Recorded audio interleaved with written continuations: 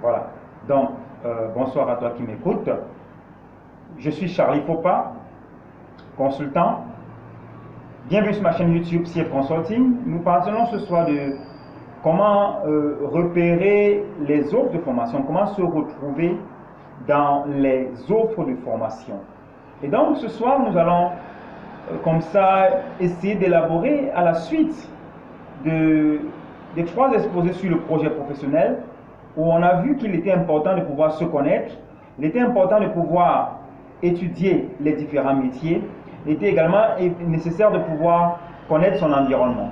Mais il y a une réalité qui est que lorsqu'on a même défini ce projet professionnel, comment est-ce qu'on va faire pour pouvoir se retrouver face à la panoplie d'offres de formation qui sont dehors, quand on sait qu'il y a tellement de centres de formation, il y a tellement d'universités, il y a tellement d'instituts, et donc on se dit, comment vais-je faire pour véritablement pouvoir m'en sortir? Et donc la formation, comme on l'a dit dans la vidéo, sur les 3 critères pour découvrir son métier idéal, la formation doit être comme cette solution qui vient combler l'écart entre une situation existante et une situation désirée. Et donc, à partir de cette base-là, il serait important de choisir la formation adéquate. Il ne faudra pas subir sa formation, mais il faudra avoir la possibilité de, comme ça, choisir ton métier. Et donc, je voulais t'encourager à comprendre que la formation va permettre de te projeter dans l'avenir. Et donc, il faudra donc que tu puisses définir ce parcours que tu suivras en fonction du cap où tu veux aller. Et donc, il existe plusieurs types de formations de façon générale, quel que soit le pays où tu te trouves. Il y a un ensemble de formations qui vont se revenir. On a les formations techniques et professionnelles, on a les formations, qu'on dit formations sur le tas ou l'apprentissage traditionnel, on aura des formations spécifiques, on aura la formation continue, celle qui intervient pour les professionnels.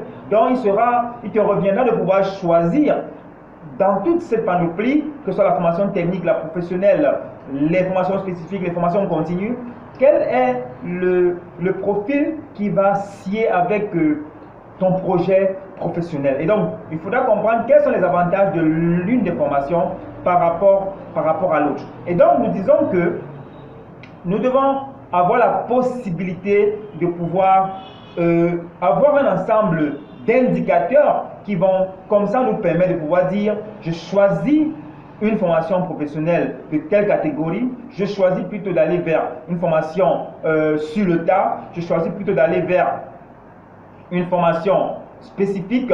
Donc, ça va dépendre de cela. Et au Cameroun, par exemple, puisque c'est de là où je fais cette vidéo, nous avons un ensemble d'institutions qui proposent des formations. On a les universités publiques, on a des universités privées, ce qu'on appelle les IPES, les instituts privés d'enseignement supérieur, on a des écoles de formation, on a des centres de formation, on a des cabinets de consulting comme CF Consulting, on a également le secteur informel qui aujourd'hui aussi va permettre de contenir le grand nombre parce qu'on a toujours un problème d'alphabétisation en Afrique et donc il y a beaucoup de personnes comme ça qui vont se retrouver dans le secteur informel pour apprendre une chose ou l'autre. Et donc au sorti généralement de cette formation, on peut avoir donc une licence, on peut avoir un master, ça sera le cas des universités publiques, mais davantage également les universités publiques aujourd'hui sont allés vers la professionnalisation avec le LMD et aujourd'hui beaucoup d'universités publiques également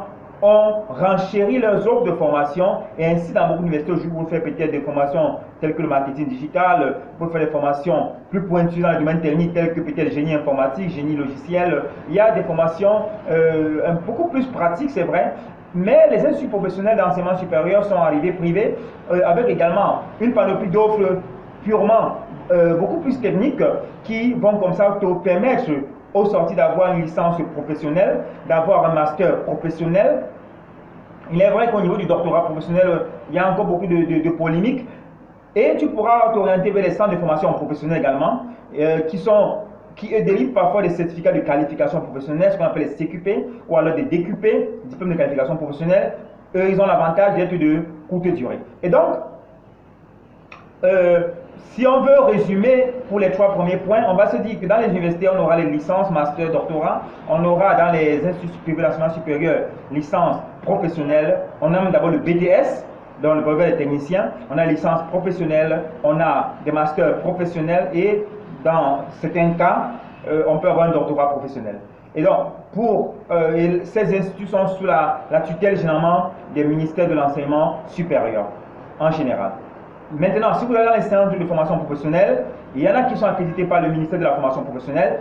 Il faut comprendre que ce ministère en particulier, lui, va s'intéresser beaucoup plus à votre insertion professionnelle. Donc, il vient pour résoudre un problème d'insertion professionnelle. Il est orienté vers votre opérationnalité. Parce que, contrairement aux autres qu'on a cités tout à l'heure, bien qu'ils aient un caractère un peu professionnel, à la base, pour les instituts d'enseignement supérieur privé, il faut comprendre que nous sommes quand même dans la recherche, nous sommes quand même dans le savoir, nous sommes quand même dans un secteur qui va promouvoir de la recherche.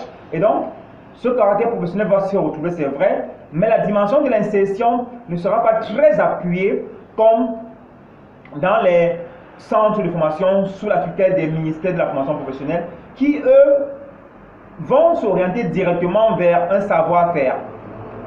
Et donc, tout dépend de ton projet. Et il faudrait également préciser ici que tout dépend également de la durée de ta formation.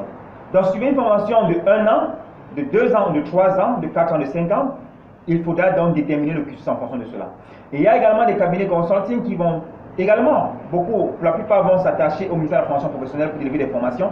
Ils vont également s'attacher aux partenaires extérieurs, internationaux, pour vous délivrer ce que nous appelons généralement des certifications, que ce soit par des partenaires, des entreprises internationales qui ont déjà fait leur preuve, que ce soit sans publicité, ce n'est pas le contexte ici, Cisco, Microsoft, Oracle, qui sont peut-être pour les plus connus, mais également, pourquoi pas Huawei. Il y a donc beaucoup comme ça de certifications internationales qui vont s'axer sur les technologies et permettre comme ça que vous soyez certifié dans certaines technologies pour avoir la maîtrise. Et on a également le secteur informel, comme on disait tout à l'heure, qui va comme ça engorger beaucoup de jeunes au travers de l'alphabétisation, de l'apprentissage sur le tas. Et il s'agit comme ça de celui-là qui décide d'aller vers un patron qui va dire voilà, moi je suis dans tel domaine et je vais te coacher pour que d'ici 2, 3, 4, 5 ans, tu sois opérationnel. Et donc, grâce à ce forme de compagnonnage cognitif, progressivement, le jeune va acquérir des compétences qui vont lui permettre comme ça de pouvoir être opérationnel. Et généralement, dans ce contexte-là, on est beaucoup plus orienté vers l'auto-emploi, l'entrepreneuriat. Et il faut le dire ici, c'est que aujourd'hui davantage, l'entrepreneuriat, l'auto-emploi, c'est ce qui est à la une parce qu'aujourd'hui, beaucoup de secteurs d'entreprise ne recrutent pas et même lorsqu'ils recrutent, il y a un souci de compétences. Et donc, je voudrais te dire ici, toi qui m'écoutes, que lorsqu'on parle de choisir ces formations, il faudra aller dans cette panoplie, regarder en fonction de ton projet professionnel, comme on l'a déjà vu, celles-là qui vont s'arrimer, celles-là qui vont s'incruster dans ton projet professionnel, te permettre à court, moyen ou long terme de pouvoir te réaliser. Mais je voulais également préciser ici qu'il faudra comprendre que la plus grande source de ta formation devra être informelle. En d'autres termes, pour dire que les systèmes éducatifs, tels qu'ils sont conçus pour le moment en Afrique, ne permettent pas généralement qu'au sortir, on puisse véritablement être compétent